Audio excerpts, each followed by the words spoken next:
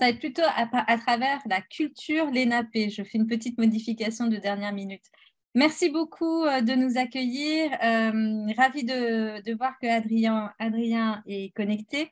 Je voudrais commencer à partager une première réflexion qui est une réflexion donc de Hannah Arendt que j'avais mis. Donc c'est la photo de ma première page de thèse que je souhaiterais lire avec vous et qu'on va croiser avec Adrien par rapport à la culture Lénapé. Cette phrase que je vais vous lire, je l'ai déjà lue à d'autres moments de notre trilogie et je voudrais à nouveau qu'on les garde en ligne d'horizon pour notre réflexion commune. Voici ce que disait Hannah Arendt dans La condition de l'homme moderne en 1983. Mais il se pourrait, créatures terrestres qui avons commencé d'agir en habitants de l'univers, que nous ne soyons plus jamais capables de comprendre, c'est-à-dire de penser et d'exprimer les choses que nous sommes cependant capables de faire. S'il s'avérait que le savoir, au sens de savoir-faire, et la pensée se sont séparés pour de bon, nous serions bien des jouets et les esclaves non pas tant de nos machines que de nos connaissances pratiques, créatures écervelées à la merci de tous les engins techniquement possibles, si meurtriers soient-ils. Et cette alerte, elle m'a toujours guidée dans tous les pas que j'ai faits dans ma recherche depuis le début pour la soutenance de ma thèse et on voit dans différents sujets majeurs que nous avons étudiés ensemble. Alors, on a eu une journée assez riche, très très riche, avec des regards croisés, extrêmement enrichissants en géopolitique, en droit international de l'environnement. Et ce que je voudrais dire, c'est que on est en train de, comme je l'ai évoqué tout à l'heure, de toucher les confins de nos imaginaires. Déjà que de nos imaginaires en tant qu'être humain, de nos imaginaires juridiques, mais des imaginaires de ce que la technique est capable de faire, parce qu'il y a certaines techniques que l'on est en train de découvrir, la preuve en est avec l'intervention de Bénédicte. Eh bien, je pense que nous sommes arrivés aussi à un moment où il faut dépasser nos imaginaires occidentaux. Moi, j'entame vraiment une nouvelle étape de recherche qui est beaucoup plus en prise avec le grand mouvement de décolonisation de la pensée et des institutions. C'est la raison pour laquelle j'avais créé pour la chaire Normandie pour la paix un sujet de thèse sur la décolonialité de la notion de propriété au profit de la nature et de sa protection. Je voudrais justement donner la parole et avoir un dialogue croisé avec Adrien Coumans, qui est membre du Lénapé Center. Notre objectif va être donc de commencer un dialogue pour voir comment, à travers la culture Lénapé, on pourrait questionner la géo-ingénierie dans différents aspects tels qu'elle nous a été présentée aujourd'hui dans le cadre de ce webinaire. Il faut savoir que Adrien Coumans est une personne extrêmement importante dans le Lénapé Center. Je vais devoir le dire en anglais parce qu'on n'a pas le même mot en anglais. Il fait partie il y a 3 des 4 cofondateurs et directeurs du Lénapé Center qui s'appellent des Elders de Lénapé. Ils sont basés à New York. Ce sont les peuples originaires de cette terre, de ce territoire où je me trouve aujourd'hui et je suis très heureuse d'être ici. Alors, la question des illusions occidentales, la première sur laquelle j'aimerais qu'on dialogue avec Adrien, c'est les Occidentaux, et d'ailleurs, Amandine, tu l'as rappelé tout à l'heure, raisonnent avec une séparation entre nature et culture, comme s'il y avait d'un côté l'environnement et de l'autre l'environné. Qu'est-ce que peut apporter la culture Lénapé pour se décentrer ou regarder autrement la question de notre vivre ensemble avec la Terre? Autre question, c'est beaucoup de programmes. Il y a un programme aux Nations Unies aussi qui porte sur l'harmonie avec la nature et on l'a bien rappelé tout à l'heure, 80% des terres et de la biodiversité sur Terre et sur des territoires autochtones. Pourquoi? Comment peut-on l'expliquer? Quel est ce terme de l'harmonie avec la nature et quelle est sa traduction dans la culture Lénapé? Ce sera déjà 2 points de dialogue pour commencer à discuter. Adrien, bienvenue. The floor is yours. Oui, merci. Je suis désolée. Je vais parler en anglais.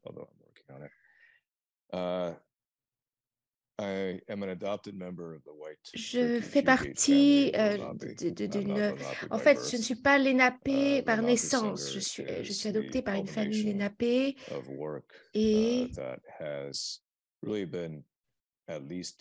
Ça fait 2 générations. Donc, Buck, en 2009, par Joe Baker, un ancien Lenape, il était résident et il a parlé de l'invisibilité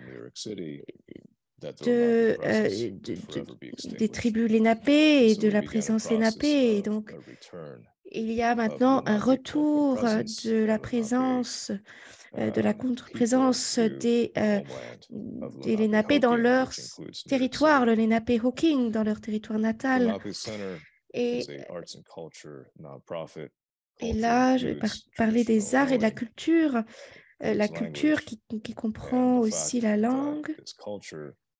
Et c'est une culture millénaire. La culture Lenape et remonte à il y a plus de 1500 ans, donc ça fait c'est une culture très, très ancienne. La plupart de ces communautés,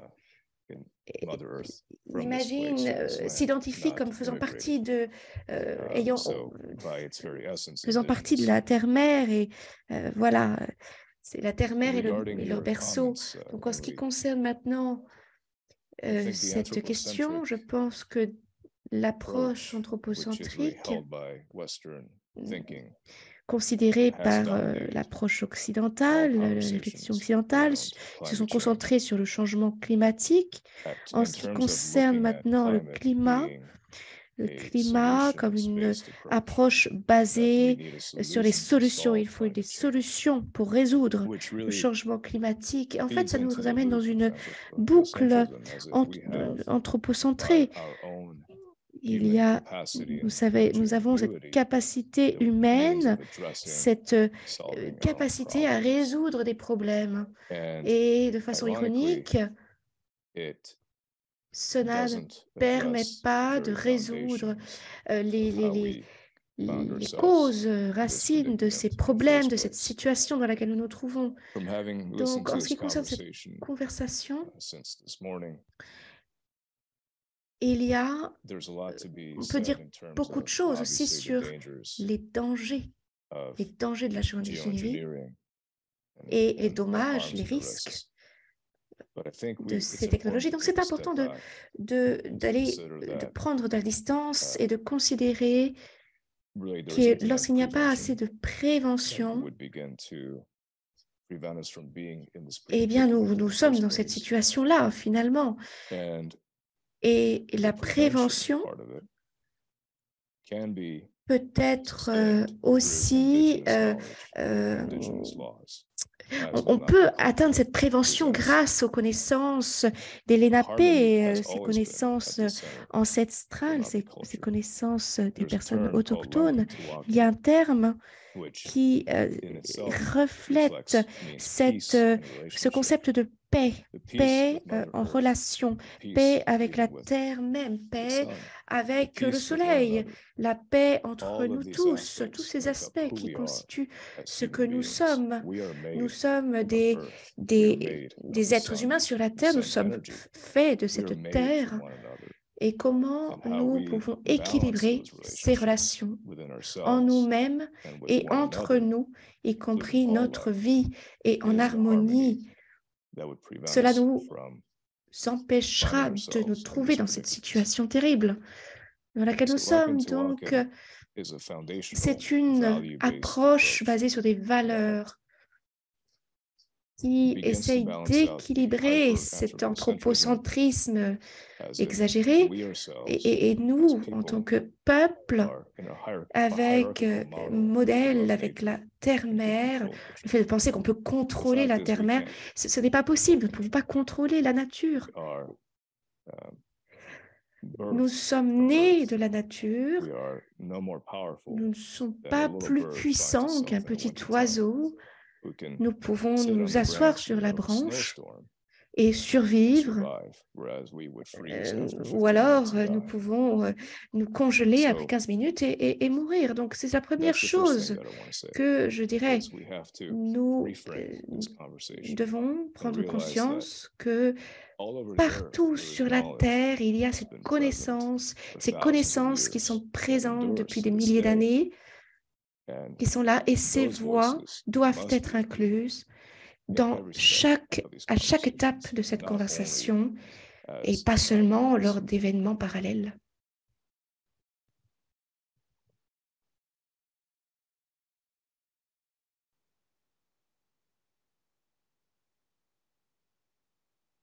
Alors, moi, j'ai de l'orage qui arrive en même temps, là où je suis, donc ça va couper un peu. Merci beaucoup.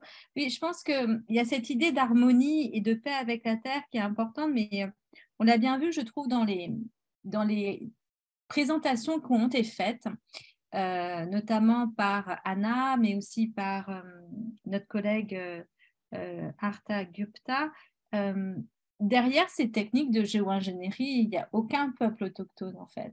Derrière ces techniques de géo-ingénierie, à nouveau, et c'est ce qui fait le lien avec la trilogie, transhumanisme, transanimalisme et transterre. Finalement, est-ce qu'on ne pourrait pas parler d'une nouvelle forme de colonisation ou alors de technologies qui ne peuvent être pensées que dans l'héritage de la colonisation?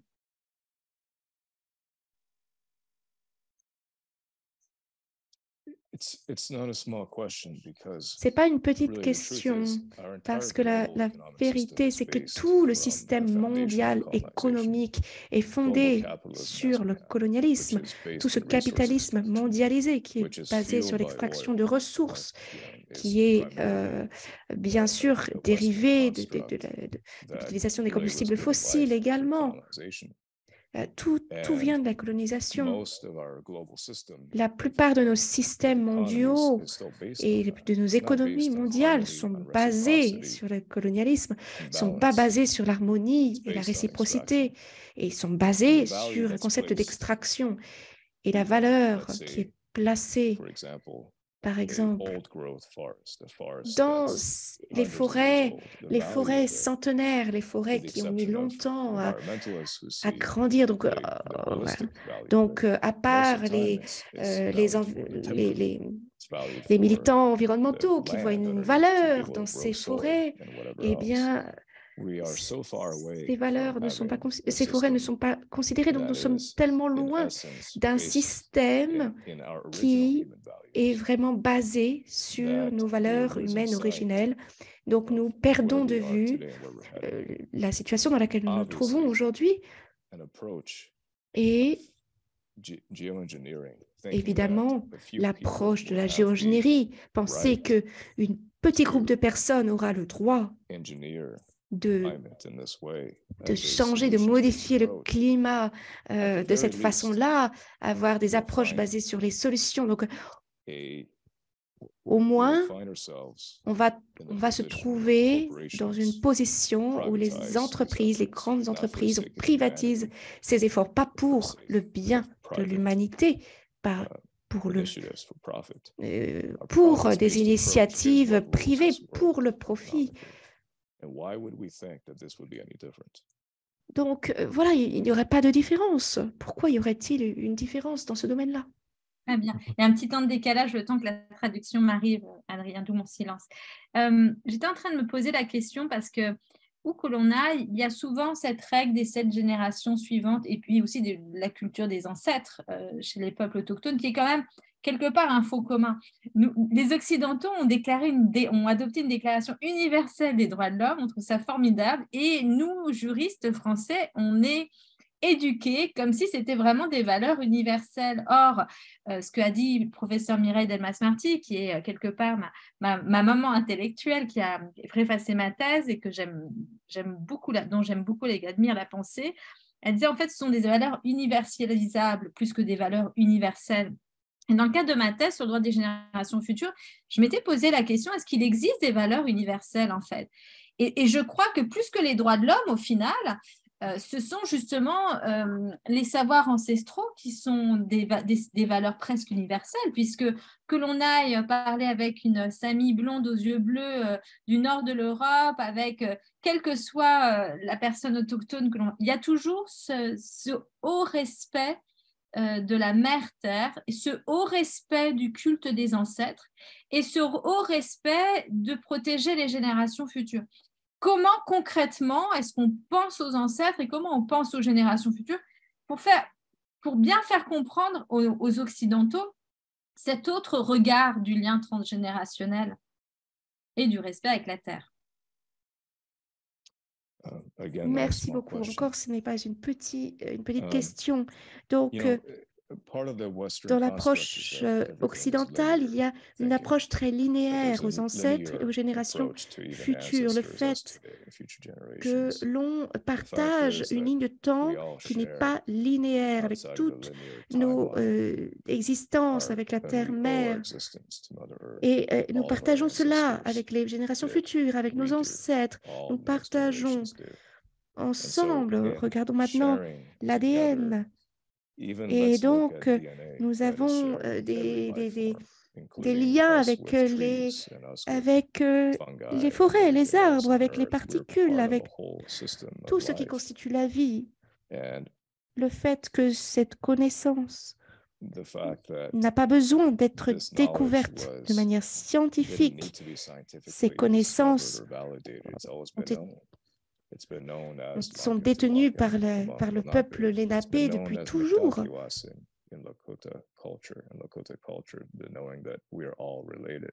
Le respect des générations qui viendront plus tard ou des générations qui nous ont précédés.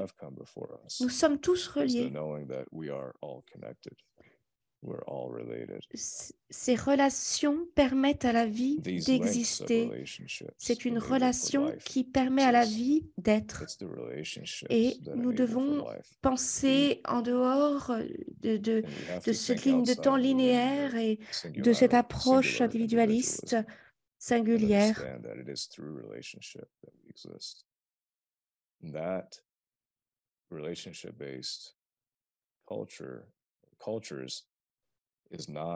Et ces cultures qui ne sont pas basées sur des relations ne sont pas alignées.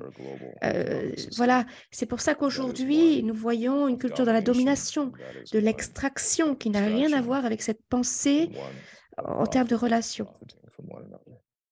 Donc, si nous ne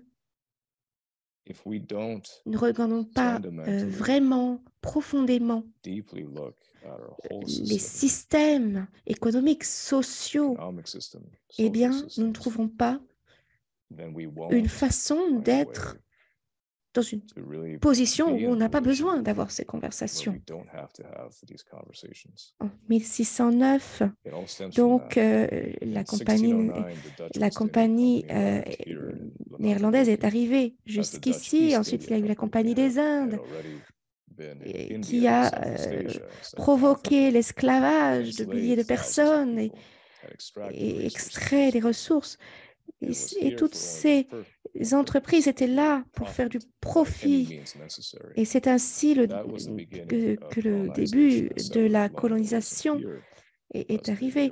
Donc ensuite, en 19e siècle, 95% des États-Unis avaient été, les forêts des États-Unis avaient été coupées